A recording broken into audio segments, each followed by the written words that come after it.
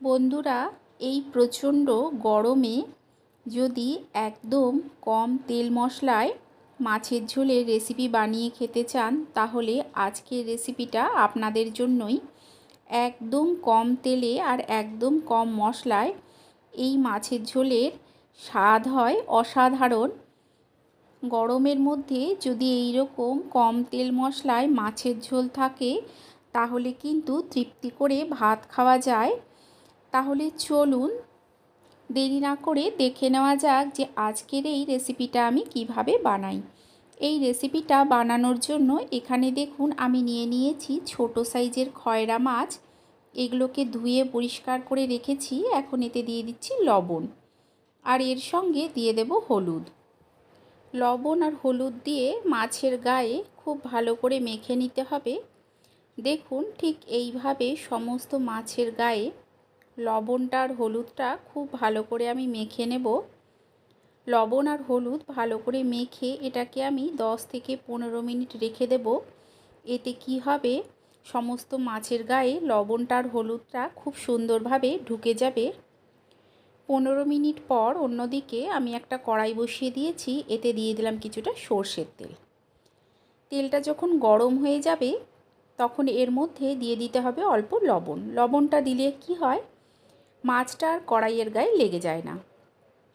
একে একে দেখুন মাছগুলোকে আমি ছেড়ে দিয়ে গ্যাসের ফ্লেমটা মিডিয়াম টু হাইতে করে এগুলোকে হতে দেব।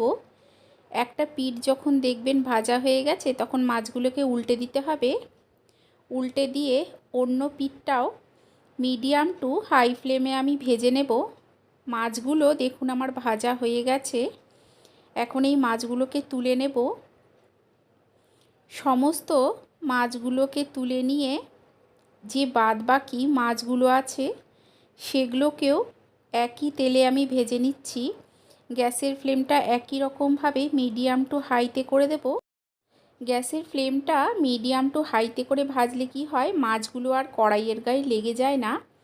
দেখুন সমস্ত মাছগুলোকে একই রকমভাবে উল্টে অন্য পিঠটাও ভেজে নিতে হবে। ভেজে নিয়ে আমি এই মাছগুলোকেও তুলে নেব। সমস্ত মাছগুলো আমার ভাজা হয়ে গেছে।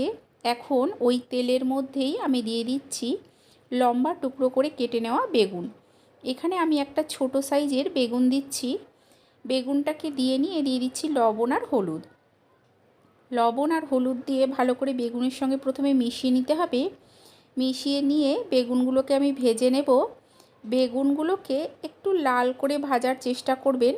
দেখুন উল্টে পাল্টে বেগুনগুলোকে আমি ভেজে নিচ্ছি। বেগুনগুলো যাতে দুটো পিঠই ভালো করে লাল করে ভাজা হয়ে যায়, ঠিক সেই রকমভাবেই ভেজে নিতে হবে। গ্যাসের ফ্লেমটাকে মিডিয়ামে করে সমস্ত বেগুনগুলোকেই আমি ভেজে নেব। এগুলো আমার প্রায় ভাজা হয়ে গেছে। আর অল্প কিছুক্ষণ ভেজে নিয়ে সমস্ত বেগুনগুলোকেই আমি তুলে নেব। দেখুন বেগুনগুলো আমার ভাজা হয়ে গেছে। এখন এগুলোকে তুলে নেব। সমস্ত বেগুনগুলোকে তুলে নিয়ে ওই কড়াইতেই দিয়ে দেব আর কিছুটা সর্ষের তেল। ফোড়নে দেব কালো জিরে আর কয়েকটা চিড়ে নেওয়া কাঁচা লঙ্কা। ফোড়নটাকে কয়েক সেকেন্ড ভেজে নেব। ঝালটা আপনারা আপনাদের স্বাদ অনুযায়ী দেবেন। যখন দেখবেন ফোড়ন থেকে একটা সুন্দর গন্ধ বেরোচ্ছে, তখন দিয়ে দিতে হবে 1 চামচ জিরে গুঁড়ো, হাফ চামচ হলুদ গুঁড়ো আর 1 চামচ লঙ্কার গুঁড়ো। অল্প একটু জল দিয়ে দেবো যাতে মশলাটা না পুড়ে যায়। জলটাকে দিয়ে গ্যাসের ফ্লেমটাকে লো টু মিডিয়ামে করে মশলাটাকে কষিয়ে নিতে হবে। হাইতে করে কিন্তু মশলাটা কষাবেন না। এতে কি হবে, মশলাটা পুড়ে যাবে। আবার অনেক সময় মশলার কাঁচা গন্ধ থেকে গেলে তখন কিন্তু মাছের ঝোলের স্বাদ একেবারে নষ্ট হয়ে যাবে। গ্যাসের ফ্লেমটাকে লো টু মিডিয়ামে করে আমি মশলাটাকে দেখুন কষিয়ে নিচ্ছি। ততক্ষণই মশলাটাকে কষাতে হবে যতক্ষণ না মশলার কাঁচা গন্ধটা চলে যাচ্ছে আর এর থেকে তেলটা সম্পূর্ণ আলাদা হয়ে চলে আসছে। দেখুন মশলাটা প্রায় আমার কষানো হয়ে গেছে। আর অল্প কিছুক্ষণ কষিয়ে নেব। আমি আপনাদের দেখিয়ে দিচ্ছি। দেখুন তেলটা কিন্তু আলাদা হয়ে চলে এসছে। এখন এতে দিয়ে দিচ্ছি জল। আপনারা যতটুকু ঝোল খাবেন সেই অনুযায়ী জল দেবেন। জলটা দিয়ে মিশিয়ে স্বাদ অনুযায়ী লবণ দিয়ে ঝোলটাকে ফুটতে দেব। ঝোলটা ফুটে উঠলে এর মধ্যে দিয়ে দেব আমি যে বেগুনগুলোকে ভেজে রেখেছিলাম সেগুলো, আর দিয়ে দেব সমস্ত ভেজে রাখা মাছগুলো। দুটো গোটা কাঁচা লঙ্কা দিয়ে দিলাম। দিয়ে মাছগুলোকে দিয়ে ভালো করে মিশিয়ে আর অল্প কিছুক্ষণ ফুটিয়ে নেব। আপনাদের এই রেসিপিটা ভালো লেগে থাকলে লাইক করে দেবেন, শেয়ার করে দেবেন, কমেন্ট করে জানাবেন যে কেমন লাগলো।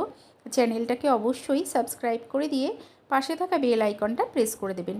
এতে যখন কোনো নতুন ভিডিও আপলোড করব সবার আগে আপনার কাছে পৌঁছে যাবে। তৈরি হয়ে গেছে মাছের ঝোল। আপনারা অবশ্যই একবার এইভাবে বানিয়ে খাবেন, আশা করছি আপনাদেরও ভালো লাগবে। তাহলে চলুন, দেখা হচ্ছে আরও একটা নতুন ভিডিও নিয়ে।